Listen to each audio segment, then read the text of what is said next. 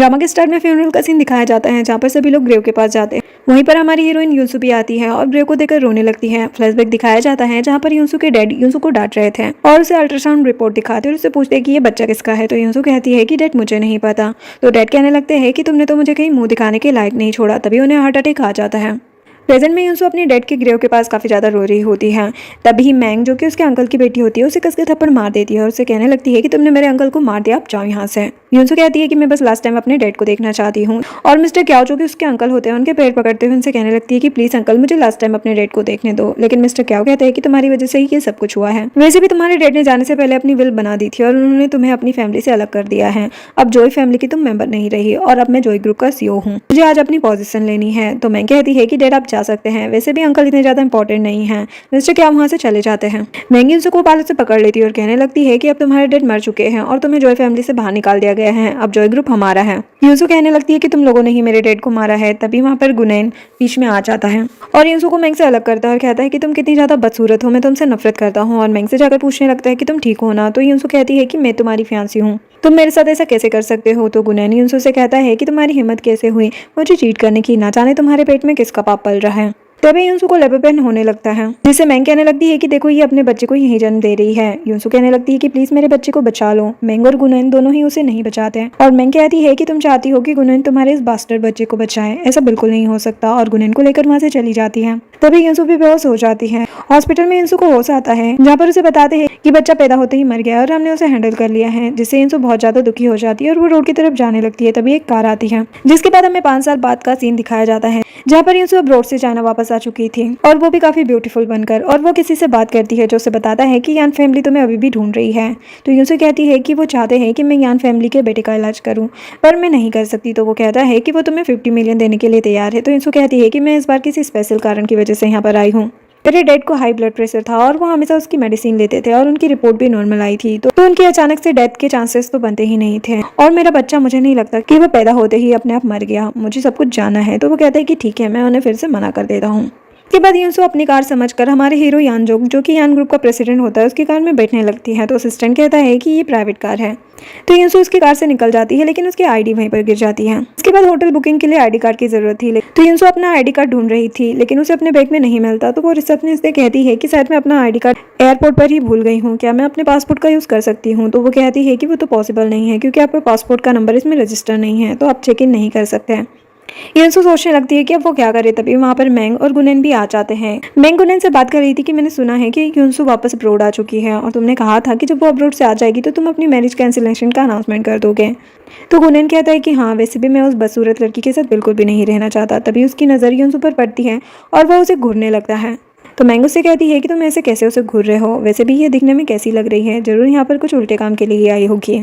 और रिसेप्शनिस्ट से कहने लगती है कि ये तो 5 स्टार होटल है, तुमने ऐसी लड़की को अंदर क्यों आने दिया। यूसु कुछ कहने ही वाली थी तभी वहाँ पर यान जाकर उसे उसका आईडी कार्ड देता है और कहता है कि आइंदा से अपना सामान ऐसे कहीं पर भी मत छोड़ा करो और वहाँ से चला जाता है। मैं सोचने लगती है कि ये इतने रिच आदमी को जानती है। जिसके बाद यान का असिस्टेंट उसे उसका शेड्यूल बता रहा होता है लेकिन यान का ध्यान तो यूसु पर ही था। वो सोच रहा था कि इसकी स्मेल बहुत जानी पहचानी सी लग रही थी, पता नहीं मैंने उसे कहाँ देखा है। और अपने असिस्टेंट से पूछता है कि उस लड़की का क्या नाम था। तो असिस्टेंट बताता है कि आईडी कार्ड पर तो यूसु लिखा हुआ था। जिसके बाद यूसु अपने रूम में पहुंचती है जहाँ पर एक बच्चा बैठा हुआ था। वो सोचने लगती है कि शायद मैं गलत रूम में आ गई हूँ। तभी वो रूम नंबर देखती है जो कि उसी का रूम नंबर था। वो चीची के पास जाकर कहने लगती है कि तुम मेरे रूम में कैसे आए, तुम्हारे पेरेंट्स कहाँ पर है। तो चीची वहाँ से भाग जाता है। यूसु उसके पीछे जाती है तभी उसे कॉल आता है और चीची वहाँ से भाग जाता है। यान चीची को डांट रहा था कि तुम ऐसे कैसे भाग सकते हो, अगर तुम किसी बुरे आदमी के हाथों में लग जाते तो क्या होता। असिस्टेंट यान को शांत करता है और कहता है कि चीची बात नहीं कर सकता तो आप शांत हो जाइए। तो यान कहता है कि क्या तुम्हें डॉक्टर एना का पता चला कुछ। तो असिस्टेंट कहता है कि हमने उन्हें 50 मिलियन का ऑफर किया था लेकिन फिर भी उन्होंने मना कर दिया। मैंने सुना है कि वो चाइना आई है तो हमारे पास चांस है उनसे मिलने का। यान कहता है कि ठीक है, तुम कोशिश करते रहो, अब हमारे पास लास्ट होप बस डॉक्टर एना ही है, वही मेरे बेटे को ठीक कर सकती है। तभी चीची बोलता है कि मैंने मम्मा को देखा, जो देखकर असिस्टेंट और यान दोनों ही हैरान हो जाते हैं और यान चीची को दोबारा से बोलने के लिए कहता है। तो चीची अटक कर फिर से बोलता है। यान असिस्टेंट से कहता है कि ये तो बोल रहा है, तुम पता करो कि ये किससे मिलकर आया है। यान तो बहुत ज्यादा खुश हो जाता है। इधर यूसु बैठी हुई थी तभी उसके पास गुनैन आ जाता है और वो यूसु से फ्लर्टिंग करने लगता है। तो यूसु कहती है कि तुम्हें क्या चाहिए। गुनैन कहता है कि मैं तो बस तुम्हारे साथ अपनी जान पहचान बढ़ाना चाहता हूँ और खुद का नाम बताता है और यूसु से नाम पूछने लगता है। तो यूसु से अपना नाम किन बताती है और कहने लगती है कि मैंने तो सुना है कि तुम्हारी फियांसी है। तो गुनैन कहता है कि वो तो बहुत ज्यादा बदसूरत है, मैं उसी के बर्थडे पर उसके साथ अपनी एंगेजमेंट तोड़ने वाला हूँ। और यूसु से फ्लर्टिंग करते हुए उसे पार्टी में इन्वाइट करता है यान वहीं से जा रहा था तो असिस्टेंट गुनैन के बारे में उसको बताने लगता है। तो यान कहता है कि मुझे किसी के पर्सनल मैटर में इन्वॉल्व नहीं होना, और वहाँ से चला जाता है। नेक्स्ट सीन में यूसु पार्टी में जाने के लिए तैयार होती है और खुद से बात करती है कि तुम अपने गिफ्ट के लिए तैयार हो जाओ, और वहाँ से चली जाती है। जैसे ही चीची युनसु को जाते हुए देखता है तो वो उसके पीछे चला जाता है। जैसे ही युनसु पार्टी में पहुंचती है, वहाँ पर सभी लोग तो युनसु को देखकर उसकी तारीफें करने लगते हैं कि ये कितनी ज्यादा सुंदर है, जिससे मैंग को तो काफी ज्यादा जेलसी होती है और वह युनसु से पूछने लगती है कि तुम यहाँ पर क्या कर रही हो। तो एक लड़की मैंग से पूछती है कि क्या तुम इसे जानती हो। तो मैंग कहने लगती है कि मैं बस इसे एक बार होटल में मिली हूँ और ये कोई बेकार सा काम करती है। तो युनसु कहने लगती है कि मुझे तो ये प्लेस वैसी ही लग रही है और तुम भी, जिससे मैंग को बहुत बुरा लगता है और वो उस पर हाथ उठाने वाली थी। तभी उनसे उसका हाथ पकड़ लेती है और कहने लगती है कि अब मैं वो कमजोर लड़की नहीं रही जो तुमसे दब जाएगी। मैंग पूछती है कि तुम कौन हो। युनसु खुद की रियल आइडेंटिटी उसे बता देती है। मैंग कहने लगती है कि तुम यहाँ पर क्या कर रही हो, तुम्हें वैसे भी जॉय फैमिली से निकाल दिया गया है, तुम्हारी वजह से ही मेरे अंकल की डेथ हुई थी। युनसु कहती है कि मुझे इनवाइट किया गया है और उसे इनविटेशन कार्ड दिखाती है, जिसे देखकर मैंग कहने लगती है कि जब तुमने इसके लिए खुद को बेचा होगा, पहले भी तुम ये काम कर चुकी हो। सभी लोग उसके बारे में बातें करने लगते हैं कि हाँ, पहले ये किसी आदमी से प्रेग्नेंट हो गई थी जिसकी वजह से ही इसके डैड की डेथ हुई थी। मैंग युनसु को सुनाने लगती है, तभी बीच में चीची आ जाता है और कहता है कि तुम मेरी मम्मा को बुली मत करो, जिसे देखकर मैंग चीची को कहने लगती है कि अभी किसका पाप है। तभी वहाँ पर यान आ जाता है और कहता है कि किसकी हिम्मत हुई मेरे बेटे को पाप कहने की। सभी लोग हैरान हो जाते हैं और बातें करने लगते हैं कि ये तो रिचेस्ट पर्सन है, क्या ये इनका बेबी है। यान मैंग से कहता है कि तुम्हारी हिम्मत कैसे हुई मेरे बेटे को पाप कहने की। मैंग कहने लगती है कि ये सब इसकी वजह से हुआ है, यह हम सबको मिसलीड कर रही है। तभी चीची हकलाते हुए कहता है कि ये गंदी औरत है, यह मेरी मम्मा को बुली कर रही है, और युनसु को गले लगाते हुए कहता है कि मैं आपको प्रोटेक्ट करूंगा। युनसु तो हैरान हो जाती है और सोचने लगती है कि ये हमेशा मुझे अपनी मम्मा मिसअंडरस्टैंड कर लेता है, और हैरानी से यान की तरफ देखती है। मैंग युनसु के बारे में उल्टा सीधा बोलने लगती है तो यान उसे चुप करवाता है। तभी वहाँ पर मिस्टर क्याओ देखते हैं कि यान युनसु को सपोर्ट कर रहा है, तो वो तो अपनी ही बेटी को थप्पड़ लगा देते हैं और कहते हैं कि तुम युनसु से माफी मांगो और उसे वाइन ऑफर करो। तो वो युनसु से मरे मन से माफी मांगती है और उसके ऊपर वाइन फेंकने वाली थी। तभी युनसु वाइन ग्लास को पकड़ लेती है और कहती है कि मैंने तुम्हें माफ कर दिया, और उसके मुंह पर केक लगा देती है और उसे बर्थडे विश करती है। मिस्टर क्या कहते हैं कि तुम ऐसा नहीं कर सकती, यहाँ पर बहुत से लोग आए हुए हैं। तो युनसु कहती है कि मेरी बहन ने मुझे वाइन ऑफर, तो मेरा भी फर्ज बनता है उसके बर्थडे पर उसे केक ऑफर करने का। मैंग को तो इतना ज्यादा गुस्सा आ रहा था कि वो उसे फिर से मारने वाली थी। तभी मिस्टर क्या उसका हाथ पकड़ लेते हैं और कहते हैं कि छोड़ो ये सब, और युनसु से कहने लगते हैं कि मुझे नहीं लगता कि तुम्हें इस बात को दिल पर लेना चाहिए, और यहाँ से भी माफी मांगने लगते हैं। असिस्टेंट सभी से कहता है कि अगर यहाँ की कोई भी बात बाहर गई तो देख लेना। सभी लोग वहाँ से जाने लगते हैं। मिस्टर क्या युनसु को भी जाने के लिए कहते हैं। तो युनसु कहने लगती है कि मैं यहाँ पर अपने डैड के मेडिकल रिपोर्ट्स लेने आई हूँ और उसे लेकर चली जाऊंगी। तो मिस्टर क्या कहते हैं कि तुम्हारे डैड ने तुम्हें जॉय फैमिली से बेदखल कर दिया है, तो तुम्हारे पास कोई भी राइट नहीं बनता। तभी यान कहता है कि यह हायर होने के नाते नहीं तो अपने डैड की बेटी बनकर उनके मेडिकल हिस्ट्री देख सकती है। तो मिस्टर क्या तो यान के सामने कुछ बोल ही नहीं पाते और कहने लगते हैं कि ठीक है, पर आज मेरी बेटी का बर्थडे है तो हम इस बारे में किसी और दिन बात करते हैं। युनसु कहती है कि ठीक है, मुझे उम्मीद है कि नेक्स्ट टाइम आप मुझे सेटिस्फैक्ट्री आंसर देंगे, और वहाँ से चली जाती है और सोचती है कि जरूर मेरे डैड के मरने में इन दोनों का ही हाथ होगा। इधर गुनैन यान को पार्टी से जाते हुए देखकर सोचने लगता है कि क्या ये मिस्टर यान था, पर वो इतनी छोटी सी पार्टी में क्यों आएगा। शायद मुझे कोई मिसअंडरस्टैंडिंग हो गई है, और वहाँ से मैंग के पास जाता है। मैंग उससे यूं से किसी शिकायतें करने लगती है कि उसने सबके सामने मुझे बुली किया। गुनैन कहता है कि उसकी इतनी हिम्मत, अभी तक तो मैं बस थोड़े से लोगों के सामने अपनी एंगेजमेंट तोड़ना चाहता था, पर मैं ऑफिशियली सबके सामने अनाउंस करूंगा। मैंग तो खुश हो जाती है और सोचने लगती है कि तुम एक छोटे से बच्चे को बेवकूफ बना सकती हो, पर मुझे पता है कि ना तो यान तुम्हें पसंद करेगा और न ही गुनैन।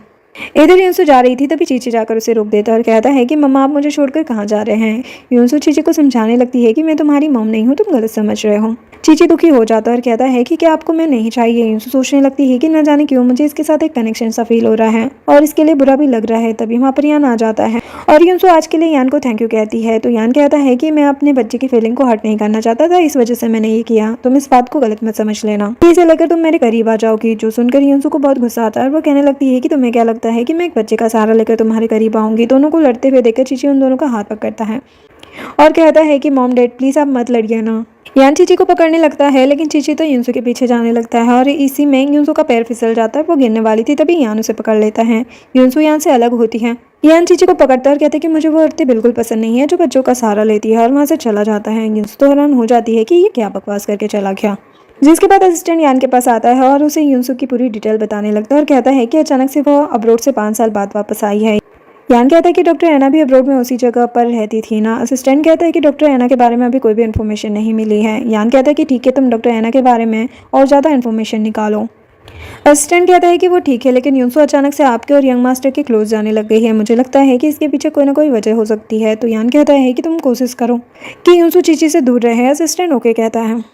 जिसके बाद असिस्टेंट यूसु के पास आता है और उसे कहने लगता है कि आप अपना रूम चेंज कर लो। यूसु कहने लगती है कि क्यों। असिस्टेंट $1 मिलियन का कार्ड यूसु को देता है और कहता है कि आप इस बात को समझ सकते हैं। तो यूसु कहती है कि मुझे लगता है कि बाद में तुम बहुत ज़्यादा रिग्रेट करोगे, और रही बात इन पैसों की तो मुझे इनकी ज़रूरत नहीं है, और वहाँ से चली जाती है।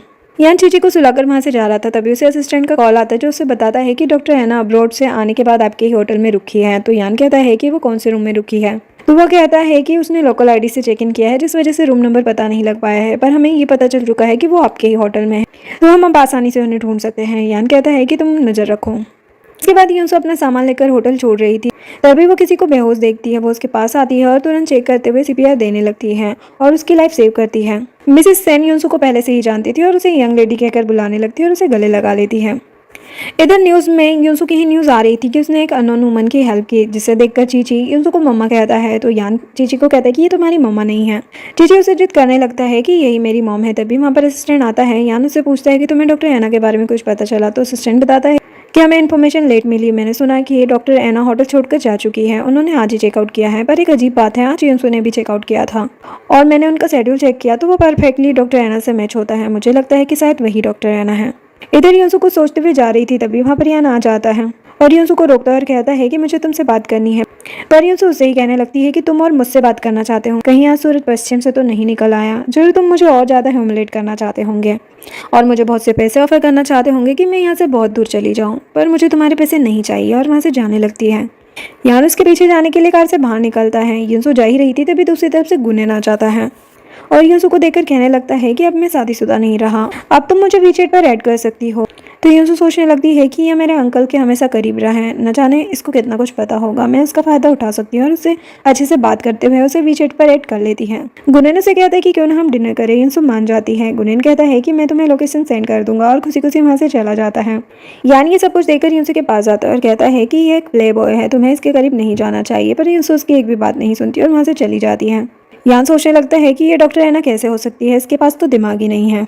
इधर यूसु मिसेस सेन से मिलने के लिए जाती है और उनकी तबीयत के बारे में पूछती है। तो मिसेस सेन उसे अंदर बुलाती है। यूसु उनसे कहने लगती है कि आपने इतने साल मेरे डैड की देखभाल की और उनकी कितनी ज़्यादा हेल्प की। तो वो कहती है कि ये तो मेरा फर्ज था, मुझे उम्मीद नहीं थी कि ऐसा हो जाएगा। और यूसु को एक बॉक्स देती है और कहती है कि ये मिस्टर जॉय का था, जो मैं आपको देना चाहती थी, लेकिन आप जल्दबाजी में चले गए थे, मैंने अभी तक ये संभाल कर रखा है। यूसु बॉक्स खोलती है, तभी उसमें मेडिसिन का बॉक्स देखती है और उनसे पूछने लगती है कि क्या ये मेरे डैड का था, जो वो हमेशा लेते थे। तो मिसेस सेन कहती है कि नहीं, ये तो मिस्टर क्याओ का था, उन्होंने ये बाहर से मंगवाया था। यूसु सोचने लगती है और अपने फ्रेंड चैंग को कॉल करके कहती कि मुझे लैब में कुछ टेस्ट के लिए भेजना है, तुम अरेंजमेंट करो। इधर गुनेन रात के डिनर के लिए फ्लावर्स और बहुत सी तैयारियां कर रहा था, जिसे चुपके से मैंग भी देख रही थी और सोचने लगती है कि क्या ये मुझे चीट कर रहा है। गुनेन सोचने लगता है कि मैंने सब कुछ अरेंज कर लिया, वो जरूर मुझसे इंप्रेस हो जाएगी और वहाँ से खुशी खुशी चला जाता है। वेटर्स आपस में बातें करने लगते हैं और कहते हैं कि ये सब अपनी गर्लफ्रेंड के लिए करवा रहा है, जो सुनकर मैंग तो बहुत खुश हो जाती है और कहने लगती है कि शायद आज ये मुझे प्रपोज करने वाला है, मैं तो खामखाई इस पर शक कर रही थी। जिसके बाद मैंग वहाँ से जा रही थी, तभी वो यूसु से टकरा जाती है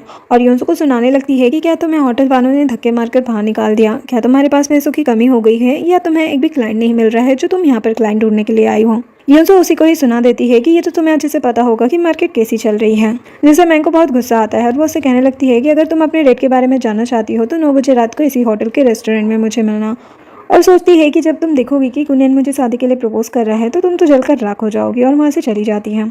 यूसु सोचने लगती है कि इसे मेरे डेट के बारे में क्या पता होगा, तभी उसे गुनेन का मैसेज आता है। वो भी रात को 9 बजे से होटल के रेस्टोरेंट में बुलाता है, जो देखकर यूसु को थोड़ा सा अजीब लगता है और वो कहने लगती है कि इन दोनों की प्लेस बिल्कुल सेम है, और वहाँ से चली जाती है। रात को मैंग काफ़ी ज़्यादा खुश थी, उसके फ्रेंड्स भी उसे कॉन्ग्रेचुलेशन कर रहे होते हैं कि आज तो गुनेन तुम्हें प्रपोज करने वाला है, इसीलिए उसने हमें भी बुलाया है। तभी वहाँ पर यूसु भी आ जाती है। वो इतना क्राउड देखकर मैंग से कहने लगती है कि तुमने मुझे यहाँ पर क्यों बुलाया है। तो मैंग कहती है कि तुम थोड़ी देर बैठकर शो को एंजॉय करो। यूसु कहने लगती है कि अगर तुम मुझे नहीं बताना चाहती तो मैं यहाँ से जा रही हूँ, और जाने लगती है। तभी गुनेन उन सभी के बीच में आ जाता है और कहता है कि दोस्तों, आज मैंने आप सभी को इसलिए बुलाया है क्योंकि जिस इंसान से मैं प्यार करता हूँ उसे आज मैं प्रपोज करने वाला हूँ। और फ्लावर बुके लेकर यूसु को प्रपोज कर देता है कि तुम मेरी गर्लफ्रेंड बनो। जो देखकर मैंग तो हैरान हो जाती है और गुनेन भी मैंग को वहाँ पर देखकर हैरान हो जाता है और कहता है कि तुम्हें यहाँ पर किसने बुलाया। मैंग तो यूसु पर गुस्सा करने लगती है कि तुमने गुनेन को सीड्यूस किया और उस पर हाथ उठाने वाली थी, तभी गुनेन उसे रोक देता है कि तुम किन को क्यों मार रही हो। मैंग कहने लगती है कि क्या कहा तुमने कि ये किन है। गुनेन कहता है कि हाँ, ये किन डायनेस्टी की मिस किन है। यूसु हंसने लगती है और कहने लगती है कि हाँ, मेरी मदर किन डायनेस्टी की थी, पर मेरे फादर क्या फैमिली से हैं, और उसे अपना पूरा नाम बताती है, जो सुनकर गुनेन तो हैरान हो जाता है और मैंग कहने लगती है कि तुम्हें इसने अपना नाम चेंज करके बेवकूफ़ बनाया है। गुनैन तो उल्टा मैंग पर ही भड़क जाता है कि तुम्हें स्टार्टिंग से ही सब कुछ पता था, पर तुमने ये शादी तोड़वाने के चक्कर में मुझसे झूठ बोला, और उससे नाराज होकर चला जाता है। मैंग सभी को कहने लगती है कि इसे सबक सिखाओ। सभी लोग युनसू के पास जाने लगते हैं, तभी वहाँ पर यान आ जाता है जिसकी मीटिंग इसी रेस्टोरेंट में थी। वो सबको रोक देता है। असिस्टेंट कहता है कि इस रेस्टोरेंट में तुम लड़ाई नहीं कर सकते, और सभी को वहाँ से भगा देता है। मैंग भी जाने लगती है, लेकिन युनसू उसका हाथ पकड़कर रोकती है और कहती है कि तुम मेरे डैड की डेथ के बारे में कुछ बताने वाली थी। तो मैंग कहने लगती है कि मुझे कुछ नहीं पता। तो युनसू कसकर उसे थप्पड़ मार देती है। मैंग यान से कहने लगती है कि इसने मुझ पर हाथ उठाया। यान कहता है कि ये तुम्हारा पर्सनल मैटर है। मैंग गुस्से से वहाँ से चली जाती है। युनसू यान को हेल्प करने के लिए थैंक यू कहती है और वहाँ से चली जाती है। असिस्टेंट यान से कहता है कि शुक्र है कि आपने ये लड़ाई रुकवा दी, वरना युनसू तो उन सबको हॉस्पिटल भिजवा देती है। जिसके बाद युनसू हॉस्पिटल जाती है, जहाँ पर उसकी दवाइयों के टेस्ट रिपोर्ट आ चुके थे, जहाँ पर वो देखती है कि वो सारी दवाइयाँ तो ब्लड प्रेशर इंक्रीज करने की थी। वो सोचने लगती है कि जरूर अंकल ने ही मेरे डैड की दवाइयाँ चेंज की होगी, जिससे उनका ब्लड प्रेशर इंक्रीज हो सके और उनकी सडन डेथ हो सके। मुझे सबूत ढूंढने ही होंगे। जिसके बाद युनसू डैड के ग्रेव के पास जाती है और उनसे कहने लगती है कि आज पूरे 5 साल बाद मैं आपके पास आई हूँ। जिसने भी आपको हर्ट किया है, मैं उसे सजा दिलवा कर रहूंगी। वहीं पर यान और चीची भी अपने पेरेंट्स की ग्रेव पर आए हुए थे, और जैसे ही चीची युनसू को वहाँ पर देखता है तो वो उसके पास जाता है और उसे मम्मा कहने लगता है। युनसू उसे देखकर कहती है कि मैंने तुमसे कितनी बार कहा है कि मैं तुम्हारी मम्मा नहीं हूँ।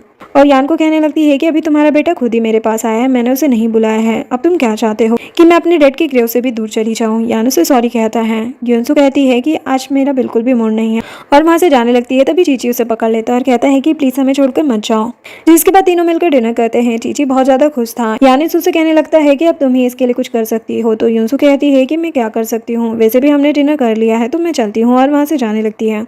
तभी उसका पैर फिसलता है और यान उसे बचा लेता है और सोचने लगता है कि न जाने क्यों ये स्मेल बहुत ही ज़्यादा फैमिलियर लग रही है।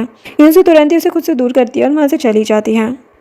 नेक्स्ट सीन में यान युनसू के बारे में ही सोच रहा था, तभी वो असिस्टेंट से कहता है कि युनसू के बारे में और ज़्यादा डिटेल में पता करो। इधर युनसू मिस्टर कियान के पास पहुंच जाती है और उनसे कहने लगती है कि जो प्रॉमिस आपने मुझे किया था उसे निभाने का टाइम आ चुका है। आप मुझे मेरे डैड की मेडिकल हिस्ट्री दीजिए। मिस्टर क्या उससे रूटली बात करते हुए कहता है कि तुम्हें क्या लगता है कि उनकी डेथ को कितने साल बीत गए हैं, अब तुम उनकी मेडिकल हिस्ट्री ढूंढ रही हो? और गुस्से में उसे मेडिकल हिस्ट्री फेंकते हैं। युनसू मुस्कुराते हुए उसे उठा लेती है और कहती है कि अब मैं चलती हूँ, और वहाँ से जाने लगती है। मिस्टर क्या उसे रोकता है और कहता है कि इन सब में कुछ नहीं रखा, वैसे भी तुम पहले से बहुत ज़्यादा बदनाम हो, तो किसी आदमी को ढूंढो और शादी कर लो। तो युनसू उन्हें ही सुना देती है कि अभी किस बात की जल्दी है, मेरे पास वैसे भी बहुत टाइम है, मैं तुम्हारी बेटी की तरह नहीं हूँ जिसे बाद में लड़कों की कमी हो जाएगी, और वहाँ से चली जाती है। तभी वहाँ पर मिस्टर क्या का असिस्टेंट आता है और कहता है कि तुम्हें क्या लगता है कि वह इस फेक मेडिकल रिपोर्ट पर विश्वास करेगी? मिस्टर क्या कहता है कि हाँ, वैसे भी ये क्या ही जान पाएगी, अब जॉय ग्रुप मेरे पास है। नेक्स्ट सीन में युनसू अपने फ्रेंड चेंग से बात कर रही थी और उससे कहने लगती है कि ये रिपोर्ट फेक है, शायद मेरे अंकल मुझे अभी भी पुरानी वाली युनसू ही समझते हैं। तो चेंग कहता है कि तुम्हें सावधान रहना चाहिए। तो युनसू कहती है कि मुझे उनके खिलाफ और ज़्यादा एविडेंस ढूंढने होंगे, क्योंकि मेरे पास कोई भी डायरेक्ट एविडेंस नहीं है कि उन्होंने मेरे डैड के साथ बुरा किया है, पर इन फेक एविडेंस से हमें ये जरूर पता लग गया है कि उनका इसमें हाथ जरूर है। चेंग कहता है कि हाँ वो तो है, तुम अपना ध्यान रखो, और मैंने सुना है कि तुम हॉस्पिटल में लेक्चर देने वाली हो, उसका क्या सीन है? तो युनसू बताती है कि वो लेक्चर्स आपको अपने बिल से बाहर निकालने के लिए है, और मुस्कुराने लगती है।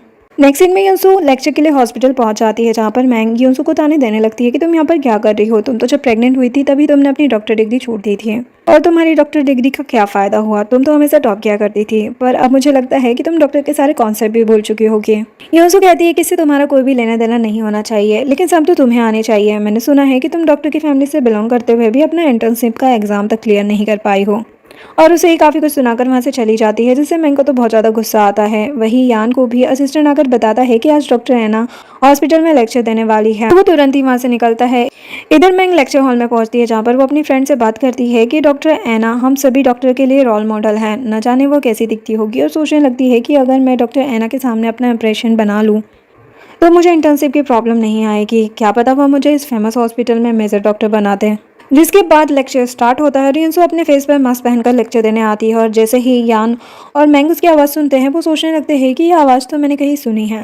लेक्चर खत्म होता है, मैंग युनसू के पास पहुंच जाती है और उसे एना समझकर गिफ्ट देने लगती है। तभी वो जैसे ही युनसू का फेस देखती है तो वो तो हैरान हो जाती है और कहने लगती है कि तुम यहाँ पर क्या कर रही हो, और डॉक्टर एना का कोट तुम्हारे पास क्यों है? युनसू कहती है कि क्या कभी तुमने सोचा है मैं ही एना हूँ? मैं कहती कि तुम ये क्या बकवास कर रही हो, तुमने तो अभी ग्रेजुएशन भी पूरी नहीं की, और एना एक फेमस डॉक्टर है। तभी वहाँ पर डायरेक्टर चैन आ जाते हैं और मैंग उससे कहने लगती है कि ये नकली एना बनकर यहाँ पर बैठी हुई है, जल्दी से बाहर निकालो। डायरेक्टर चैन मैंग को ही डांट देते हैं और कहने लगते हैं कि यही डॉक्टर ऐना है, और डॉक्टर ऐना के पास आकर उनसे पूछने लगते हैं कि हमने पार्टी रखी है, चलो आप भी हमें ज्वाइन कर लो। तो युनसो उन्हें मना कर देती है और कहती है कि पहले ही मेरा बहुत अच्छे से स्वागत हो चुका है, अब मैं और नहीं चाहती, और वहाँ से चली जाती है। जो देखकर डायरेक्टर चैन मैंग पर ही भड़क जाते हैं कि तुम्हारी वजह से ही वो चली गई है। युनसो बाहर निकलती है और वहाँ पर यान को देखकर हैरान हो जाती है। यान उससे पूछता है कि तुम यहाँ पर क्या कर रही हो। तो युनसो सोचने लगती है कि शायद इसे नहीं पता चला, और उससे कहने लगती है कि मैं थोड़ा सा बीमार हो गई थी, इस वजह से डॉक्टर को दिखाने आई थी। तो यान कहता है कि मैं भी डॉक्टर ऐना से मिलने आया हूँ, तो क्यों ना हम दोनों ही साथ में चलते हैं। युनसो उसे मना करके वहाँ से चली जाती है। इधर मैंग अपने डैड के पास पहुंचती है और वहां जाकर रोने लगती है कि मुझे अभी तक इंटर्नशिप का सर्टिफिकेट नहीं मिला है। जब तक वह मुझे सर्टिफिकेट नहीं मिलेगा तो मैं ग्रेजुएट नहीं हो पाऊंगी। इसके लिए मैं डॉक्टर ऐना के पास भी गई थी। तो मिस्टर काओ कहता है कि डॉक्टर ऐना तो वही है ना जो बहुत ज़्यादा फेमस है। तो मैंग कहती है कि आपको पता है कि डॉक्टर ऐना कौन है। डॉक्टर ऐना और कोई नहीं बल्कि युनसो है। जो सुनकर मिस्टर क्याओ तो हैरान हो जाते हैं और उन्हें अपनी फेक मेडिकल रिपोर्ट याद आती है। इधर युनसो चैंग से बात कर रही थी। चैंग कहता है कि तुम्हें लेक्चर में अपनी आइडेंटिटी रिवील करके क्या मिल गया। युनसो कहने लगती है कि अब मिस्टर क्याओ को पता चल जाएगा कि मैं डॉक्टर हूँ, और उन्हें ये भी पता चल जाएगा कि उनकी फेक रिपोर्ट के बारे में मुझे पता चल गया है। इससे वो जरूर कोई ना कोई एक्शन लेंगे जिससे हमें हेल्प मिलेगी। चैंग कहता है कि तुम केयरफुल रहना। तभी युनसो को यान का कॉल आता है जो उससे पूछता है कि क्या चीची तुम्हारे पास है। तो युनसो कहती है कि नहीं। तो यान बताता है कि वो कहीं गायब हो चुका है। जो सुनकर युनसो परेशान हो जाती है।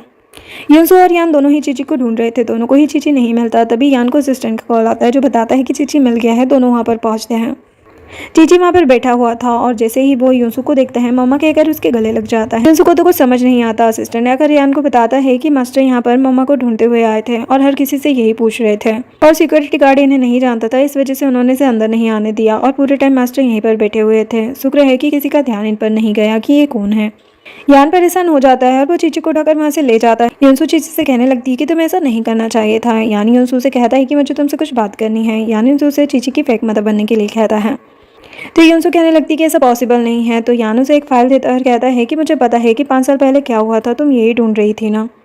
युनसो गुस्से से उसे देखते हुए कहती है कि तुम मुझे ब्लैकमेल कर रहे हो। तो यान कहता है कि मैं एक बिजनेसमैन हूँ और हमेशा विन विन सिचुएशन ही चाहता हूँ।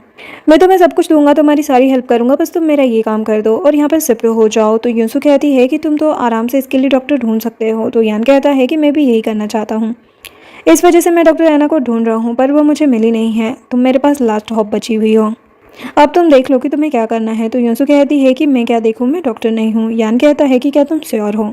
युनसो सबूत ढूंढने के लिए उनके साथ रहने के लिए मान जाती है और चीची के लिए खाना प्रिपेयर करती है। चीची युनसो को वहाँ पर देखकर बहुत ज़्यादा खुश हो जाता है और यान से कहता है कि मम्मा वापस नहीं गई। यान सोचने लगता है कि युनसो के आने से ये कितना ज़्यादा खुश है, लगता है मेरा डिसीजन सही था।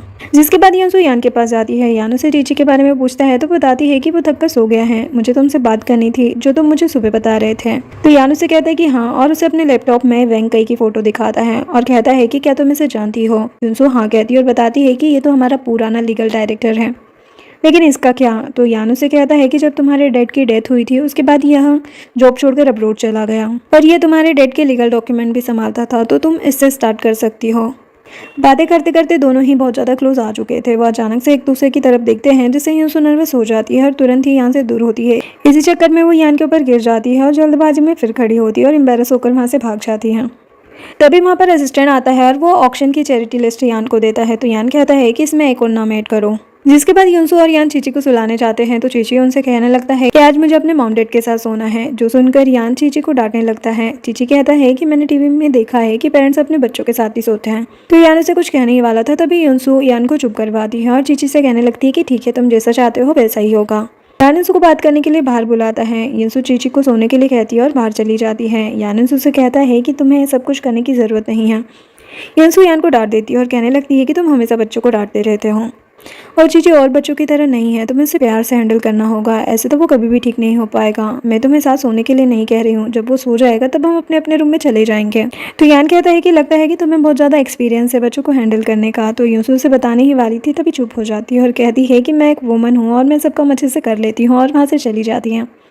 यान सोचने लगता है कि तुम युनसो हो या फिर डॉक्टर रहना। जिसके बाद दोनों चीची को सुला रहे थे। यान देखता है कि चीची सो चुका है। तभी वो युनसो को भी सोए हुए देखता है और सोचने लगता है कि ये तो बोल रही थी कि चीची के सोने के बाद रूम में चले जाएंगे, पर उससे पहले तो यही सो गई, और उसे वहीं पर आराम से सुलाने लगता है। तभी युनसो यान को पकड़ लेती है और सपने में ही अपने डैड से कहने लगती है कि प्लीज़ मुझे छोड़कर मत जाओ।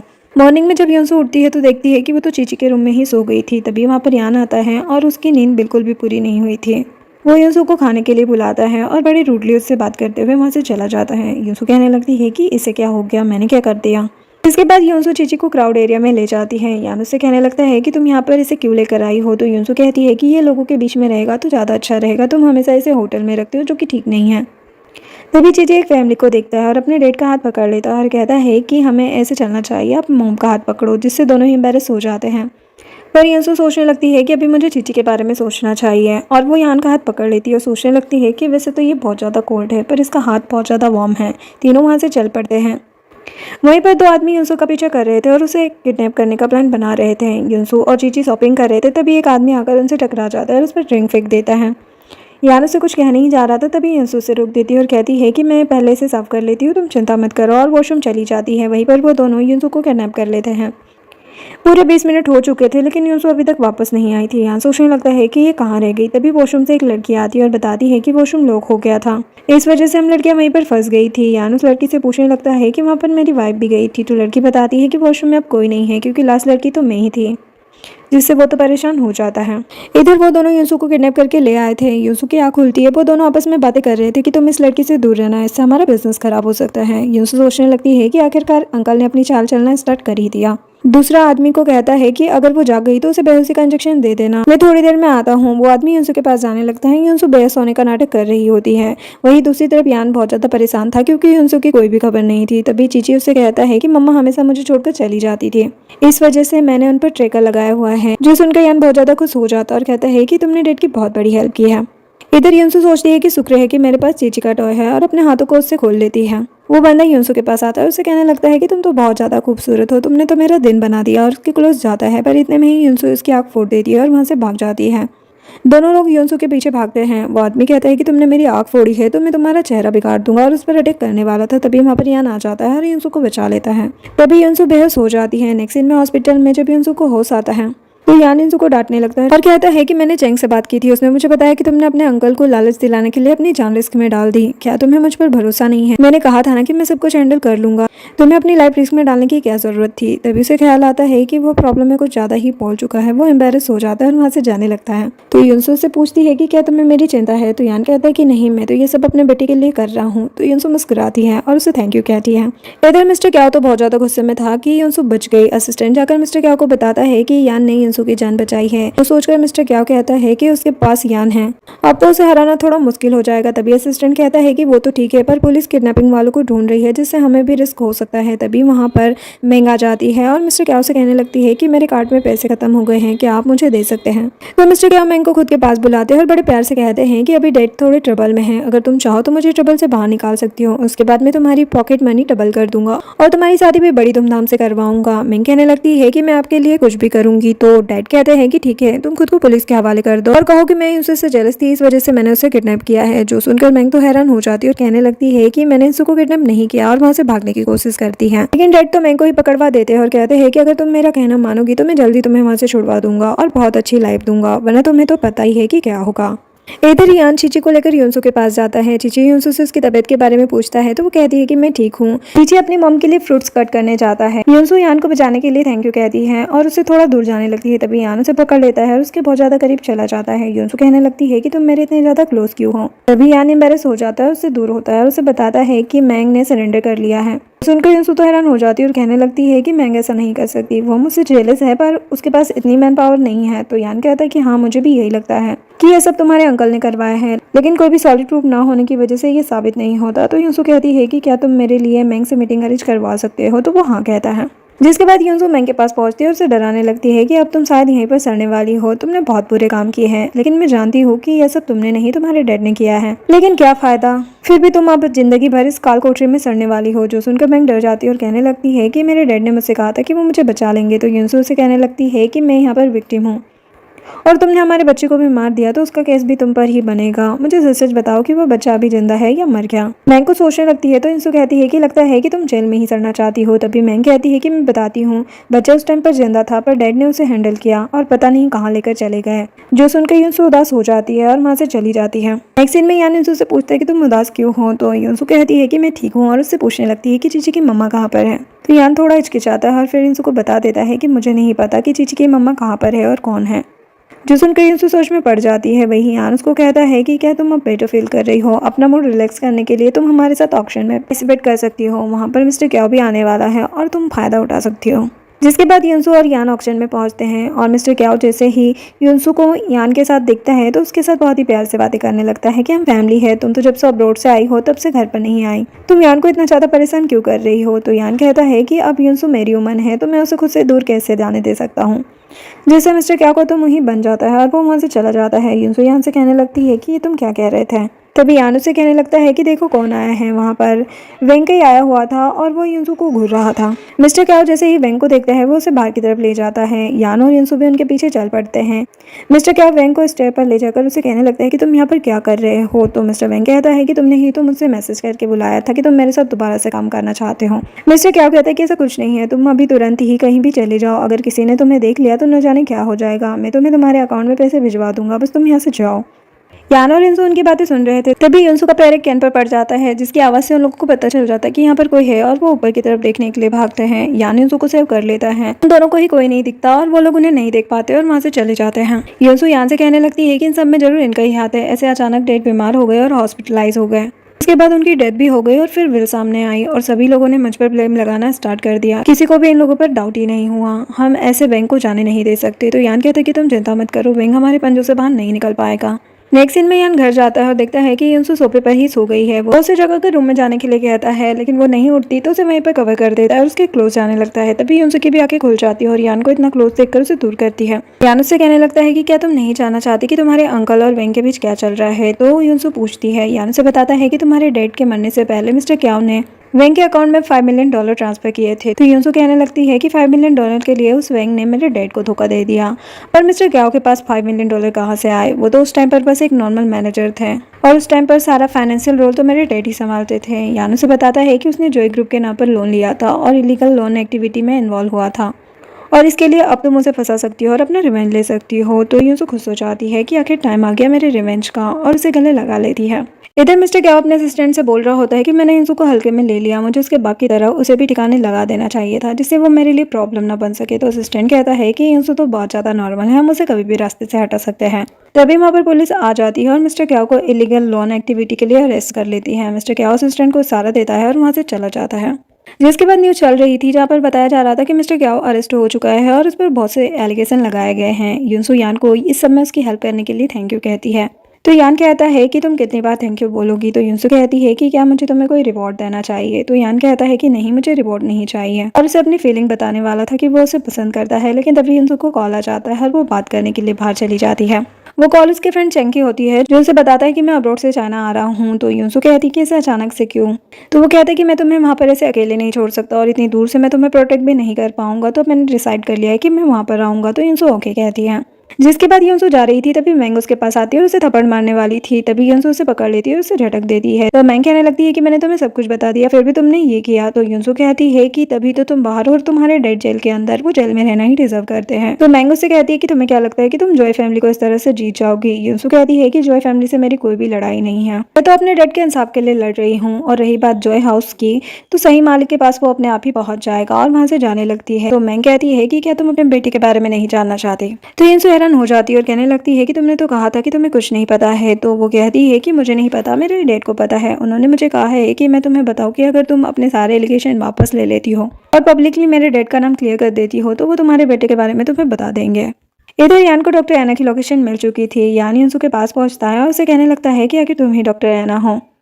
लेकिन युनसु तो फुल ड्रंक हो रखी थी। यान कहता है कि चलो बाद में बात करते हैं और उसे उठाकर बेड पर ले जाता है और उसे सुलाकर जाने लगता है। तभी युनसु उसे पकड़ लेती है और कहने लगती है कि मेरा बेबी मुझे वापस दे दो। यान तो हैरान हो जाता है और कहता है कि तुम्हारा बच्चा भी है। लेकिन युनसु उसे किस करने लगती है। यान खुद को कंट्रोल नहीं कर पाता और वो भी उसे किस करने लगता है। रनिंग में युनसु खुद को ऐसे देखकर हैरान हो जाती है। तभी वहाँ पर यान आ जाता है। युनसु उससे पूछने लगती है कि कल रात क्या हुआ था। तो यान कहता है कि तुमने बहुत ज़्यादा ड्रिंक कर ली थी, क्या तुम्हें याद नहीं है। तभी युनसु को फ्लैशबैक दिखने लगते हैं और वो उससे पूछती है कि क्या हमारे बीच। यान कहता है कि तुम्हें क्या लगता है। युनसु तो बहुत ज़्यादा एम्बैरस हो रही थी। यान कहता है कि ऐसा कुछ नहीं हुआ था, तुमने अपने कपड़ों पर वॉमिट करती थी तो मैंने निकाल दिया। युनसु उसे डांटने लगती है कि तुम मुझे नाइट गाउन भी तो पहना सकते थे। यान कुछ नहीं कहता और वहाँ से जाने लगता है। तो युनसु कहती कि थैंक यू, तुमने मेरा एडवांटेज नहीं उठाया। तो यान उसे टीज करते हुए कहता है कि तुम्हें कैसे पता। युनसु तो सोच में पड़ जाती है कि इसके कहने का मतलब क्या है। जिसके बाद यान युनसो से पूछता है कि कल तुमने इतनी ज़्यादा ड्रिंक क्यों की थी। युनसो से कुछ बताना नहीं चाहती थी, लेकिन यान कहता है कि क्या तुम्हें मुझ पर ट्रस्ट नहीं है। युनसो से बताती है कि 5 साल पहले मैंने एक बच्चे को जन्म दिया था, लेकिन हॉस्पिटल में मुझे बताया गया कि वो पैदा होते ही मर गया। लेकिन मुझे ऐसा नहीं लगता, मैं हमेशा से चाहती थी कि मैं उसे पालूँ बड़ा करूँ। पर मैंग ने मुझे ऑफ़र दिया कि अगर मैं उस बच्चे के बारे में जानना चाहती हूँ तो मैं उसके डैड की रेपुटेशन फिर से वापस करूँ और अपने एलिगेशन वापस ले लूँ। तो यान कहता है कि एक तरफ तुम्हारे डैड है और दूसरी तरफ बच्चा, तुम जो भी डिसीजन लोगी ठीक ही लोगी। लेकिन मिस्टर क्याओ जैसा आदमी सच बोलेगा, हम ये पक्का नहीं बोल सकते। तो युनसो कहती है कि मुझे भी यही लगता है, इस वजह से मैंने उसे ये सब करने के लिए मना कर दिया, और रोने लगती है। यान कहता है कि तुम चिंता मत करो, मैं तुम्हारे बच्चे ढूंढने में तुम्हारी हेल्प करूंगा। युनसो उससे कहती है कि तुम मेरे लिए इतने नाइस क्यों हो। यान उसे किस करने के लिए आगे बढ़ता है, तभी वहाँ पर असिस्टेंट आ जाता है, जिससे युनसो भी एम्बैरेस होकर वहाँ से चली जाती है। यान असिस्टेंट के पास आकर कहता है कि कितनी बकवास टाइमिंग है, और वहाँ से चला जाता है। असिस्टेंट सोच में पड़ जाता है कि मैंने क्या कर दिया अब। नेक्स्ट सीन में यान थोड़ा परेशान था, तभी असिस्टेंट उसके पास आता और बताता है कि ग्रैंड माई यंग मास्टर को घर पर बुला रहे हैं, और वो अपने बर्थडे सेलिब्रेशन से पहले 2 दिन उसे अपने पास रखना चाहती है। तो यान ओके कहता है। तो असिस्टेंट उसे कहता है कि आपने युनसो की इन्फॉर्मेशन निकालने के लिए कहा था। तो यान कहता है कि अब उसकी ज़रूरत नहीं है, मुझे उस पर भरोसा है। तो असिस्टेंट कहता है कि मैंने कुछ अजीब देखा, 5 साल पहले जब आपको सेकंड यंग मास्टर ने ड्रग दिया था तो उसी होटल में युनसो भी थी। यान सोच में पड़ जाता और कहता है कि क्या वो मेरे रूम में थी। तो असिस्टेंट कहता है कि ये अभी कंफर्म नहीं हुआ है, लेकिन सीसीटीवी कैमरा की वीडियो से ये पता चला है कि वो वहीं पर थी और उसके फेस पर निशान था। यान सोचने लगता है कि युनसो बता रही थी कि उसका बेबी हुआ था वो भी 5 साल पहले ही, और 5 साल पहले ही चीची को यान हाउस के बाहर छोड़ा गया था। क्या हो सकता है कि वही मेरे बच्चे की मॉम हो। और असिस्टेंट से पूरी इन्फॉर्मेशन निकालने के लिए कहता है। जिसके बाद युनसो चीची को ग्रैंड माँ के घर के लिए तैयार कर रही थी। तो चीची कहता है कि मुझे आपको छोड़कर नहीं जाना है। तो युनसो कहती है कि तुम्हारी ग्रैंड माँ का बर्थडे है, सिर्फ 2 दिन की ही तो बात है, उसके बाद मैं तुम्हारा यहाँ पर वेट कर रही हूँ ना, मैं तुम्हारे आने पर एक बहुत बड़ा गिफ्ट दूंगी। और दोनों प्रॉमिस करते हैं। तभी वहाँ पर यान आ जाता है और कहता है कि हम जा रहे हैं, लेकिन अगर तुम्हारे अंकल के आदमी यहाँ पर आए तो प्लीज़ कोई भी ऐसा वैसा प्रॉमिस मत कर देना। युनसो ओके कहती है।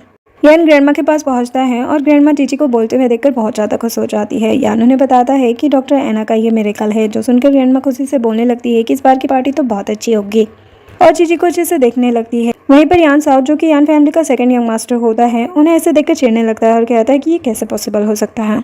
इधर युनसो अपने फ्रेंड चेंग को लेने के लिए एयरपोर्ट जाती है। चेंग कसकर युनसो को गले लगा लेता है। तो युनसो कहती है कि ये चाइना है, और उससे दूर होती है और कहती है कि कितने दिनों का प्लान है। तो चेंग कहता है कि अभी कंफर्म नहीं है, मैं यहाँ पर कुछ स्पेशल कारण की वजह से आया हूँ। युनसो से पूछने लगती है तो चेंग नहीं बताता। इधर साओ चीची को परेशान करने के लिए उसके पास जाता है और कहता है कि अब तो तुम बोलने लग गए। चीची उसके ऊपर गर्म पानी गिरा देता है, जिससे साओ कसकर चीची को थप्पड़ मारता है और चीची बहुत ज्यादा डर जाता है। इधर युनसो और चेंग आपस में बातें कर रहे थे और युनसो चीची को सब कुछ बता देती है। चीची कहता है कि ये तो अच्छा है कि तुम अभी भी यान के घर में ही रह रही हो। युनसो कहती है कि हाँ, जब तक चीची ठीक नहीं हो जाता। तो चेंग कहता है कि तुम्हें उसे ठीक करने के लिए उसके घर में रहने की जरूरत नहीं है, तुम मेरे साथ शिफ्ट हो जाओ, हम एक दूसरे को बहुत लंबे टाइम से जानते हैं। युनसो से कहती कि ये थोड़ा अनकंफर्टेबल होगा। तभी उसे यान का कॉल आता है, जिससे युनसो टेंशन में आ जाती है और कहती है कि मैं अभी आ रही हूँ। युनसो फिर से चीची को डरा और सहमा हुआ देखती है। वो उसे उठाकर आराम से बेड पर लिटा देती है और सुला देती है। युनसो यान से कहती है कि ये सब कैसे हुआ। यान कहता है कि कल ग्रैंडमा का बर्थडे है, इसी वजह से बहुत से गेस्ट आए हुए हैं। तो युनसो कहती है कि ऐसा पॉसिबल नहीं है कि वो बिना कारण डर जाए, जरूर कोई ना कोई वजह होगी। वैसे भी मैंने उसकी मेडिकल रिपोर्ट देखी है, उससे फिजिकल कोई भी प्रॉब्लम नहीं है, ये सब साइकोलॉजिकल प्रॉब्लम है। मुझे लगता है कि तुम्हारी फैमिली में कुछ गड़बड़ चल रही है। तभी डोर नॉक होता है। यान दरवाजा खोलता है जहाँ पर साव आया हुआ था और कहता है कि मैंने सुना है कि तुम्हारा कोई गेस्ट आया हुआ है। और युनसो को देखते हुए उसके करीब आता और कहता है कि क्या तुम ही डॉक्टर एना हो? तुमने हमारे यंग मास्टर को ठीक कर दिया, बहुत अच्छा काम किया, पर तुम इस यान के साथ क्यों हो? जितना ये तुम्हें दे रहा है मैं उससे 3 गुना दूंगा, तुम मेरे पास आ जाओ। सुनकर युनसो को बहुत गुस्सा आता है। वो कहने लगती है कि तुम क्या बकवास कर रहे हो। यान साओ को वहाँ से बाहर निकालता है और युनसो को कहता है कि आज बहुत ज्यादा लेट हो गया है, तुम यहीं पर रहो। यान साओ को बाहर ले जाता है और कहता है कि जैसे ही ग्रैंडमा का बर्थडे खत्म होगा तुम वापस अपडेट चले जाना। कहता है कि मैं ऐसा क्यों करूंगा, वैसे भी मैं तुमसे और तुम्हारे उस बच्चे से नफरत करता हूँ। मैंने उसे थप्पड़ मारा था क्योंकि उसने मुझ पर पानी गिरा दिया था। तुम्हारी वजह से मैंने अपने मॉम डैड को खो दिया। तो यान कहता है कि मैं मानता हूँ कि हमारी ट्रिप की वजह से हमारे पेरेंट्स की डेथ हुई है, पर तुम पास को लेकर मेरे बच्चे को परेशान नहीं कर सकते, तुम उससे दूर रहो। और वहाँ से जाने लगता है। तभी साओ कहता है कि क्या तुम एना को पसंद करते हो? तो यान उससे कहता है कि एना से दूर रहो। साओ कहता है कि अगर तुम उसे पसंद करते हो तो उसे चकना बनता है, जिससे गुस्से में आकर यान उसे एक मुक्का मारता है। जिसके बाद युनसो यान को मेडिसिन अप्लाई करती है और कहती है कि तुम लोग इतने बड़े होकर क्यों लड़ रहे थे। तो यान कहता है कि अगर वो मेरी चीज़ों पर हाथ लगाने की सोचेगा तो मैं उसे छोड़ूंगा नहीं, मैं कल ही उसे अब्रॉड भिजवा दूंगा, जिससे वह तुम्हें कभी भी हाथ ना लगा सके। इधर साओ चीची के पास पहुंचता है, उससे कहने लगता है कि मैंने तुम्हारे बाप को मेडिसिन दी थी ताकि वो सभी के सामने शर्मिंदा हो पाए, लेकिन उससे तुम आ गए। अब मैं तुम्हें भी अपने पेरेंट्स के पास भेज दूंगा और उसे मारने की कोशिश करता है। तभी वहाँ पर युनसू आ जाती है और साओ को रोक देती है। साओ युनसू पर भड़क जाता है और कहता है कि तुम बीच में क्यों आ रही हो, क्या तुम इसकी स्टेप मदर बनना चाहती हो? यह सब उस होटल के कारनामे हैं। जो सुनकर युनसू सोचने लगती है कि 5 साल पहले मैं भी होटल में ही थी जब ये सब कुछ हुआ था, पर फिर वो चीची को बचाने लगती है। तभी वहाँ पर यान भी आ जाता है। साओ युनसू का गला पकड़ लेता है और कहता है कि अगर तुम हमारे पास आए तो मैं इसे मार दूंगा। तभी पीछे से चीची साओ के सर पर बॉस मार देता है जिससे वो गिर जाता है। यान तुरंत ही युनसू के पास आता है, उससे पूछता है कि तुम कैसी हो? तो युनसू कहती कि मैं ठीक हूँ। यान उसे गले लगा लेता है, जिसके बाद ग्रैंडमा साओ से पूछती है कि तुमने ये सब क्यों किया, तुम दोनों भाइयों के बीच में क्या चल रहा है? तो यान उन्हें सब कुछ बताता है कि जब हमारे पेरेंट्स की डेथ हुई थी तब ये 6 साल का था और इसे लगता है कि पेरेंट्स की डेथ ट्रेवल की वजह से हुई थी और उसमें सिर्फ और सिर्फ मेरी गलती है। इस वजह से इसने मुझे ड्रग देने की कोशिश की थी और मेरे बच्चे को भी मारने की कोशिश कर रहा है। ग्रैंडमा तो हैरान हो जाती है। आओ कहने लगता है कि जिससे भी तुम प्यार करोगे या पसंद करोगे मैं उसे तुमसे छीन लूंगा। यान ग्रैंडमा से कहता है कि इसे अब्रॉड भेज दो जिससे इस पर कोई भी लीगल एक्शन नहीं होगा और घर की बात घर में ही रहेगी। ग्रैंडमा कहती कि जो तुम्हें ठीक लगे वो करो और वहाँ से चली जाती है। यान अपने आदमियों को बोलकर साओ को वहाँ से भिजवा देता है, जिसके बाद तीनों वापस घर आ जाते हैं। तभी युनसू को कॉल आता है और चेंग से कहने लगता है कि लास्ट टाइम तो बिना खाए ही चली गई, तब से ना तुमने मेरा कॉल उठाया है ना ही मुझसे बात की है। युनसू उससे सॉरी कहती है तो चेंग कहता है कि मुझे तुम्हारा सॉरी नहीं चाहिए, चलो हम साथ में लंच करते हैं। तो युनसू मान जाती है और यान से जाकर कहती कि मैं तुम्हारे साथ लंच नहीं कर सकती क्योंकि मैं अपने फ्रेंड के साथ लंच करने जा रही हूँ। यान कहता है कि क्या तुम चेंग की बात कर रही हो? तो वो हाँ कहती है और बताती है कि लास्ट टाइम हम साथ में डिनर कर रहे थे पर ऐसा पॉसिबल नहीं हो पाया तो अभी मुझे जाना होगा। तो यान हाँ बोलता है। युनसू वहाँ से चली जाती है। यान चीची से कहता है कि क्या तुम अपनी मम्मा को हमेशा के लिए अपने पास रखना चाहते हो? तो चीची हाँ कहता है। इधर युनसू चेंग से मिलती है। चेंग उसे कहने लगता है कि तुमने क्या सोचा उस बारे में जो मैंने तुम्हें लास्ट टाइम कहा था? तो युनसू तो कंफ्यूज हो जाती है। तो चीची कहता है कि तुम मेरी प्लेस पर शिफ्ट हो जाओ। तो युनसू से कहने लगती है कि अभी मैं शिफ्ट नहीं हो सकती क्योंकि अभी मैं चीची के ठीक होने का वेट कर रही हूँ। वैसे भी यान मेरी बहुत हेल्प करता है और मैं नहीं चाहती कि हमारा रिश्ता ऐसे खराब हो। तो चेंग उससे पूछता है कि क्या तुम यान को पसंद करती हो? इधर असिस्टेंट यान को बताता है कि हमें एक और इन्फॉर्मेशन मिली है, युनसू का प्रीमेच्योर बेबी हुआ था जो मर गया था। तो यान कहता है कि वो कितनी तारीख को हुआ था? तो असिस्टेंट बताता है कि 23 दिसंबर क्रिसमस से पहले। पूछता है कि चीची हमारे पास कब आया था? तो असिस्टेंट बताता है कि क्रिसमस की इवनिंग में। तभी असिस्टेंट पूछता है कि क्या आपको लगता है कि चीची की मम्मा युनसू ही है? यान कहता है कि हाँ मुझे लग तो रहा है क्योंकि इसमें बहुत से कोइंसिडेंट नहीं है। इधर युनसू सोच रही होती है कि क्या मैं सच में यान को पसंद करने लग गई हूँ। उसके पास आने पर हमेशा मेरा दिल जोरों से धड़कने लगता है। मुझे लगता है कि मैं उसे पसंद करती हूँ लेकिन क्या वो भी मुझे पसंद करता है? मैं भी ये क्या सोच रही हूँ? चेंग ठीक कह रहा है, मुझे उससे दूर रहना चाहिए। जिसके बाद युनसू सोच में डूबी हुई थी। तभी यान उसके पास आता है और उसे कहता है कि तुम क्या सोच रही हो? युनसू कहती है कि कुछ नहीं। यान उससे पूछता है कि क्या होगा अगर सडनली तुम्हारे बच्चे का फादर तुम्हारे सामने आ जाएगा? तो युनसू कहती है कि मैं उसे गोली मार दूंगी, उसने मेरी जिंदगी बर्बाद कर दी। तो यान सोचने लगता है कि ये सही टाइम नहीं है बताने का, मुझे सही टाइम का वेट करना होगा और उसे आगे कुछ नहीं कहता है। तभी युनसू उससे कहने लगती है कि अब चीजें ठीक होने लग गया है और तुम उसका अच्छे से ख्याल रख सकते हो। मुझे लगता है कि अब हमें अलग अलग रहना चाहिए। तो यान कहता है कि क्या तुम यहाँ से जाना चाहती हो? तो वो हाँ कहती है। तो यान कहता है कि ठीक है। युनसू वहाँ से चली जाती है और सोचने लगती है कि इसे तो कुछ फर्क ही नहीं पड़ा। जिसके बाद चेंग युनसू का घर देखने के लिए जाता है जो कि काफ़ी ज़्यादा बड़ा था। उससे कहने लगता है कि तुम्हें घर रेंट से लेने की ज़रूरत नहीं थी, तुम मेरे घर पर शिफ्ट हो सकती थी, वहाँ पर बहुत से कमरे हैं। तो युनसू कहती है कि तुमने हमेशा मेरी हेल्प की है लेकिन अब हम एडल्ट हो चुके हैं और मैं अपना ख्याल रख सकती हूँ और तुम्हें भी अपना ख्याल रखना चाहिए। दोनों आपस में बातें कर रहे थे तभी डोरबेल बजती है और चेंग दरवाज़ा खोलता है जहाँ पर यान आया हुआ था। युनसू दोनों से कहती है कि मैं तुम दोनों को इंट्रोड्यूस करवा देती हूँ। चेंग कहता है कि इन्हें कौन नहीं जानता, ये तो न्यूज़ में 24 घंटे छाए रहते हैं। यान भी कहता है कि हाँ मैं भी इसे जानता हूँ, मेरी बात इससे पहले हुई है जब तुम किडनैप हो गई थी। यान चेंग से कहता है कि इतने सालों से तुमने युनसू का ख्याल रखा, उसके लिए मैं तुम्हें थैंक यू कहता हूँ। तो चेंग कहता है कि थैंक यू तो मुझे कहना चाहिए कि इन कुछ दिनों से तुम युनसू का ख्याल रख रहे हो। युनसू सोचने लगती है कि ये लोग ऐसी बातें क्यों कर रहे हैं। जिसके बाद युनसू और यान आपस में बातें करते हुए जा रहे थे। युनसू बहुत ही फॉर्मली यान से बात करती है। तो यान कहता है कि मुझे तो लगा था कि हम दोस्त बन चुके हैं पर तुम मुझसे इतना फॉर्मल बात कर रही हो। तो युनसू सोचती है कि बस हम दोस्त हैं और यान को देखकर स्माइल कर देती है। तो यान कहता है कि अब से हम फ्रेंड्स बनकर बात करेंगे। नेक्स्ट सीन में असिस्टेंट यान से कहता है कि आपने युनसू और यंग मास्टर के बालों के डीएनए टेस्ट के लिए कहा था, उसकी रिपोर्ट आ चुकी है। जैसे ही यान रिपोर्ट दिखता है तो वो तो हैरान हो जाता है। इधर मैंग अपने डेड के असिस्टेंट से मिलती है और कहने लगती है कि डेड कह रहे थे कि तुम हमारी युनसू को साइड करने में हेल्प करोगे। तो असिस्टेंट कहता है कि मैं मिस्टर क्याओ के काम में ही लगा हुआ हूँ, तुम्हें चिंता करने की जरूरत नहीं है। और वहाँ से जाते हुए सोचते हैं कि तुम्हारी फैमिली अब डूबने वाली है, कोई बेवकूफ़ी होगा जो तुम्हारे साथ काम करेगा, और मुस्कुराता हुआ वहाँ से चला जाता है। तभी सर्वेंट जाकर मैंग को बताता है कि घर पर चोरी हो गई है, सारी एंटीक चीज़ें गायब है। जो सुनकर मैंग कहने लगती है कि ऐसा कैसे हो सकता है। तो सर्वेंट कहती है कि असिस्टेंट इन्फॉर्मेशन ढूंढने के लिए आया था, शायद तब से ही चीज़ें गायब है। मैंग समझ जाती है और कहने लगती है कि अब सब कुछ खत्म हो गया और बेहोश हो जाती है। नेक्स्ट सीन में यूनसू मिस्टर क्याओ से मिलने के लिए जाती है और उन्हें बताती है कि तुम्हारा असिस्टेंट तो भाग गया है। मिस्टर क्याओ कहता है कि तुम झूठ बोल रहे हो, ऐसा पॉसिबल नहीं है, अगर तुमने झूठ बोला तो मैं तुम्हें जान से मार दूंगा। यूनसू कहती है कि तुम जैसा इंसान जिसने अपने भाई का खून कर दिया वो कैसे उम्मीद कर सकता है कि उसके साथ अच्छा होगा या फिर उसे अच्छे लोग ही मिलेंगे। अब मुझे सच सच बताओ कि क्या हुआ था। तो क्याओ उसे बताता है कि तुम्हारे बेटे को मैं अनाथ आश्रम ले जा रहा था, तभी एक आदमी मेरे पास आया और उसने मुझसे कहा कि ये बच्चा मैं उसे दे दूं, इसके बदले वो मुझे बहुत बड़ी डील देगा। तो मैंने उसे वो बच्चा दे दिया। तो यूनसू पूछती है कि वो आदमी कैसा दिखता था। तो वो बताता है कि मुझे नहीं पता, उसने मास्क पहन रखा था। यूनसू सब कुछ जाकर यान को बताती है तो यान सोचने लगता है कि मतलब कि वो मिस्टर क्याओ नहीं था जिसने चीची को मेरे घर के बाहर छोड़ा था, तो फिर वो कौन हो सकता है। मुझे सब कुछ यूनसू को बताना चाहिए। यूनसू कहने लगती है कि चलो ये तो खुशी की बात है कि मेरा बच्चा जिंदा है। यान कहने लगता है कि क्या पता वो तुम्हारी लाइफ में भी हो। वो आगे कुछ कहने ही वाला था तभी मैंग कार ड्राइव करती है और कहती है कि तुमने मेरा सब कुछ मुझसे छीन लिया, तो चलो अब साथ में मरते हैं, और जोर से जाकर यूनसू के कार को टक्कर मार देती है। यान यूनसू को प्रोटेक्ट करता है। हॉस्पिटल में यूनसू को होश आता है। चेंग यूनसू से पूछने लगता है कि तुम कैसी हो। तो यूनसू को याद आता है कि यान भी उसके साथ था। तो यान के बारे में पूछती है। चेंग कहता है कि उसकी तबीयत तो तुमसे भी बहुत ज्यादा बुरी है। यूनसू तुरंत ही वहां से खड़ी होती है और वहां से जाने लगती है। चेंग उसके पीछे जाता है। दोनों ऑपरेशन थिएटर के बाहर बैठे हुए थे। यूनसू चेंग से कहती है कि तुमने मुझसे पूछा था ना कि मैं यान को पसंद करती हूँ क्या। तो हाँ, मैं यान को बहुत ज़्यादा पसंद करती हूँ। तो चेंग उसे कहने लगता है कि फिर मेरा क्या होगा। तुम मुझे पसंद करती हो लेकिन मैं तुम्हें पसंद करता हूँ। मैं तुम्हारी लाइफ में उससे पहले आया तो मेरा हक भी पहले बनता है। तो यूनसू उसे समझाने लगती है कि प्यार पहला और दूसरा देखकर नहीं होता। तभी डॉक्टर बाहर आता है और यूनसू उससे जाकर पूछती है कि यान कैसा है। डॉक्टर बताता है कि अभी ऑपरेशन सक्सेसफुल रहा, लेकिन होश आने के बाद ही कुछ कह सकते हैं। जिसके बाद यान को होश आता है। यूनसू उसके पास ही बैठी हुई थी। यूनसू यान को डांटने लगती है कि तुम मुझे अपने से पहले क्यों प्रोटेक्ट करते हो। तो यान कहता है कि तुम्हें क्या लगता है। यूनसू सोचने लगती है कि क्या ये भी मुझे पसंद करता है, और वो बोलने ही वाली थी तभी यान उसे रोक देता है और कहता है कि कुछ बातें लड़कों के मुंह से ही पहले अच्छी लगती है, और वो अपनी फीलिंग कन्फेस कर देता है कि मैं तुमसे बहुत प्यार करता हूँ। यूनसू भी अपनी फीलिंग कन्फेस करती है और दोनों एक दूसरे के गले लग जाते हैं।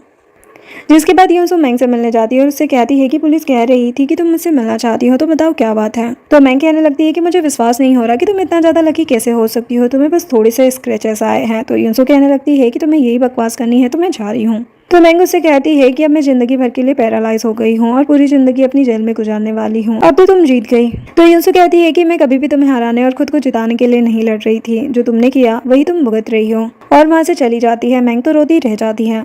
नेक्स्ट सीन में यान डिस्चार्ज हो जाता है। असिस्टेंट उसे ऑफिस ले जाता है। यान असिस्टेंट से कहता है कि मैंने जो इंक्वायरी करने के लिए कहा था उसका क्या हुआ। असिस्टेंट कहता है कि मैंने यान फैमिली की सीसीटीवी फुटेज चेक की थी, पर अभी तक पता नहीं लग पाया है कि चीची को किसने यान फैमिली के गेट पर छोड़ा था। तो यान कहता है कि तुम वो फुटेज मुझे भेजो, मैं चेक करूंगा। नेक्स्ट सीन में यूनसू कुछ सोच रही होती है, तभी वहाँ पर यान आ जाता है और कहता है कि तुम क्या सोच रही हो। यूनसू कहती है कि कितना अजीब है तुम्हारी गर्लफ्रेंड बनकर यहाँ पर रहना। तो यान कहता है कि तुम्हें विश्वास नहीं आ रहा क्या, और उससे रोमांटिक बातें करने लगता है, उसके क्लोज जाने लगता है। तभी वहाँ पर चीची आता है और चीची आते ही अपनी मॉम से पूछता है कि क्या हम अम्यूजमेंट पार्क घूमने चले। तो यान कहता है कि क्या तुम अपने डेट से नहीं पूछोगे। तो चीची उसे टीज करते हुए कहता है कि बिल्कुल नहीं। यान सोचता है कि ये दोनों बहुत ज़्यादा करीब आ चुके हैं, शायद यही सही टाइम है बताने का, और वो बताने ही वाला था। तभी यूनसू को चेंग का कॉल आ जाता है और वो उसे कहता है कि मैं लास्ट टाइम तुमसे मिलना चाहता हूँ, तुम्हें देखना चाहता हूँ, फिर मैं ये देश छोड़कर वापस जा रहा हूँ। तो यूनसू ओके कहती है। यूनसू चेंग से मिलने जाती है। चेंग उसे ड्रिंक ऑफर करता है और उससे अपने पहले दिन की मुलाकात की बातें याद करने लगता है। तो यूनसू कहती है कि हाँ, मेरे फेस पर निशान था और कोई भी मुझसे बात नहीं करना चाहता था, और उस टाइम पर सिर्फ तुम ही थे जो मेरी हेल्प कर रहे थे। तभी चेंग कहता है कि हाँ, मुझे पता है कि आज नहीं तो कल हम दोनों साथ ही होने वाले हैं। वही यान सीसीटीवी अच्छे से देख रहा था, तभी उसकी नजर पड़ती है और वो कहता है कि चीची को यान हाउस के बाहर छोड़ने वाला और कोई नहीं बल्कि चेंग ही था। तभी यूनसू चेंग से मिलने गई है, ये तो बहुत ज्यादा खतरे वाली बात है, और तुरंत वहां से जाने लगता है। इधर यूनसू चेंग से कहने लगती है कि मैं यहाँ से बहुत ज्यादा प्यार करती हूँ। तभी उसे हल्के हल्के चक्कर आने लगते हैं। चेंग कहता है कि मैं कितने टाइम से तुम्हें पाने की कोशिश कर रहा था और तुम्हें उससे दूर किया था, पर अब तुम बस मेरी होगी। तभी यूनसू बेहोश हो जाती है। चेंग यूनसू के पास आता है और उसे कहने लगता है कि अब मैंने हमारी टिकट बुक कर दी है और आज रात ही हम यहाँ से दूर चले जाएंगे, और फिर तुम हमेशा हमेशा के लिए उसे भूल जाओगे और मेरी हो जाओगी। तभी वहाँ पर यान आ जाता है। एक सीन में यूनसू को होश आता है और वो यान से पूछती है कि मैं यहाँ पर कैसे पहुंची। तो यान उसे बताता है कि चेंग तुम्हें भी ले जाने वाला था। तो यूनसू कहती है कि ऐसा पॉसिबल नहीं है। तो यान उसे पैटर्निटी टेस्ट दिखाता है और उसे बताता है कि जिस बच्चे को तुम ढूंढ रही हो वो चीची है। यूनसू तो रिपोर्ट देखकर हैरान हो जाती है। तो यूनसू को ये भी बताता है कि यान हाउस के बाहर चीची को चेंग ने ही छोड़ा था। यूनसू कहती कि वह ऐसे कैसे कर सकता है। यान चेंग को बुलाता है। चेंग आकर बताता है कि ये सब स्टार्ट तब हुआ था जब मैंग ने तुम्हें ड्रग देकर किसी के रूम में भेजा था और मैंने उसे देख लिया था। फ्लैशबैक दिखाया जाता है जहाँ पर चेंग यूनसू को बचाने के लिए उस आदमी को मारता है और उसे वहाँ से ले जाता है। लेकिन जब वो वापस आता है तो युनसू उसे नहीं मिलती। वो युनसू को हर जगह ढूंढता है। लड़की के रेपुटेशन के लिए उसने पुलिस को भी कॉल नहीं किया होता और वो खुद ही सब जगह ढूंढ रहा होता है। लेकिन आखिर में वो उसे यान के रूम में मिलती है। प्रेजेंट में वो लोग कहते हैं कि मतलब कि तुम सब कुछ जानते थे। तो चेंग कहता है कि हाँ। तो युनसू से कहने लगती है कि तुम ऐसा कैसे कर सकते हो। तो चेंग कहता है कि मैं तुम्हें पसंद करता था और एक झूठ छुपाने के लिए मैं तुमसे बार बार झूठ बोलता रहा। मैं कभी भी तुम्हारा बुरा नहीं चाहता था। तो युनसू कहती है कि अब मैं तुम्हें कभी भी देखना नहीं चाहती। तो चेंग कहता है कि तुम खुश रहना और वहाँ से चला जाता है। युनसू थोड़ी दुखी हो जाती है। नेक्स्ट सीन में युनसू यान को लेकर अपने डैड की ग्रेव के पास जाती है और उनसे कहने लगती है कि आपके खूनी अब जेल की सलाखों के पीछे है। मैंने अपना बदला ले लिया है। और यान को भी इंट्रोड्यूस करवाती है। यान डैड से कहता है कि मैं आपकी बेटी का अच्छे से ख्याल रखूंगा और उसे कभी भी दुखी नहीं होने दूंगा। और दोनों खुश होते हैं। घर जाकर यान चीची को बताता है कि ये तुम्हारी रियल मदर है। चीची कहता है कि हाँ मैं जानता हूँ। युनसू उससे कहने लगती है कि सॉरी मैं थोड़ा लेट हो गई। तो चीची उसे माफ कर देता है। यान उससे कहता है कि अब हम एक फैमिली है और हम हमेशा साथ रहेंगे। जिससे चीची बहुत ज़्यादा खुश हो जाता है और तीनों एक दूसरे के गले लगते हैं और यहीं पर इस ड्रामा की हैप्पी एंडिंग हो जाती है।